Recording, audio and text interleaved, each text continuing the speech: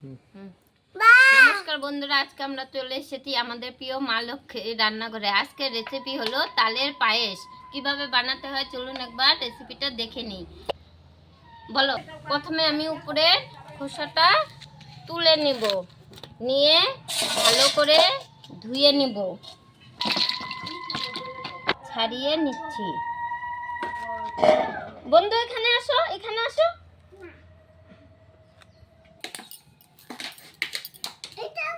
তাল তালের পায়েস হবে। কি হবে? ভালো করে বলো। আজকে আমরা কি বানাবো? সামান্য জল নিয়ে নিব, নিয়ে ভালো করে রস বের করে নিব। আজকে হবে তালের পায়েস। না আমি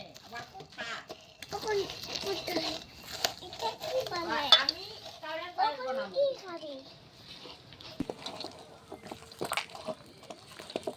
হয়ে গেছে, এখন আমি ওভেন জ্বালিয়ে কিছুক্ষণ চালের রসটা জাল করে নেব। ওভেন জ্বালিয়ে আমি একটা বাটিতে তালের রসটা ভালো করে গরম করে নিব। এই তালের রসটা বারবার নাড়াচাড়া করতে হবে, নাহলে নিচ দিয়ে লেগে যাবে। ভালো করে জাল দিয়ে নিচ্ছি, যেন তালের মধ্যে যে জলটা থাকে সেটা যেন ভালো করে শুকিয়ে যায়। জাল হয়ে গেছে, এখন এটা আমি রেখে দিব। রেখে ওভেন জ্বালিয়ে দিয়ে দিব দেশি গরুর দুধ, তেজপাতা, ছোট এলাচ। দুধটা আমি লাল করে জাল দিয়ে নিব। গোবিন্দভোগ চাল, আতপ চাল, আমি এটা 1 ঘন্টা আগে ভিজিয়ে রেখেছি। ভালো করে নাড়াচাড়া করে নিব।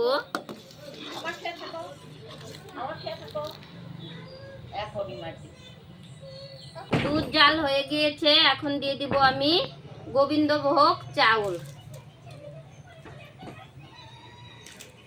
নাড়াচাড়া নাহলে লেগে যাবে। আমি দুধ দিয়ে দিয়েছি 6 পোয়া,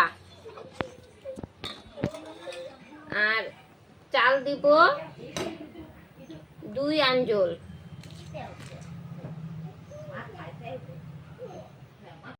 আঞ্জল চাল অনেকে বুঝবে না, এর জন্য বলে দিচ্ছি 100 গ্রাম। চাল আধা সিদ্ধ হয়ে এসেছে, একটু পরে আমি দিয়ে দিব জাল করা রাখা তালের রস। চাল সিদ্ধ হয়ে এসেছে,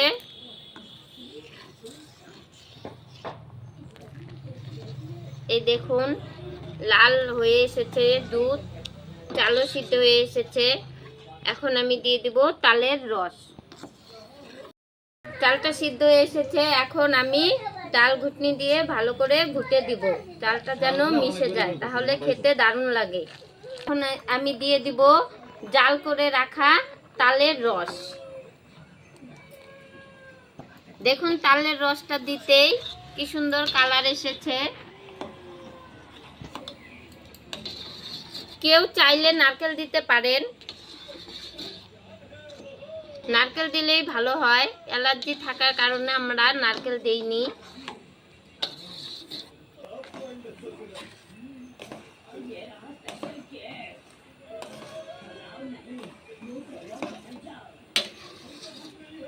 এখন আমি দিয়ে দিব স্বাদ মতো চিনি।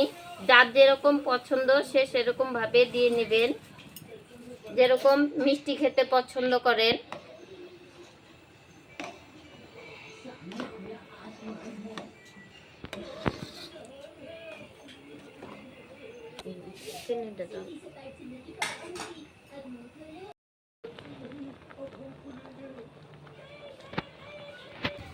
হয়ে গেছে তালের পায়েস। বাড়িতে আপনারা অবশ্যই বানিয়ে খেয়ে দেখবেন। দেখুন দেখতে দারুণ হয়েছে, খেতেও দারুণ লাগবে। আর এই ভিডিওটি যদি আপনাদের ভালো লাগে তাইলে লাইক করবেন, শেয়ার করবেন আর সাবস্ক্রাইব করতে ভুলবেন না।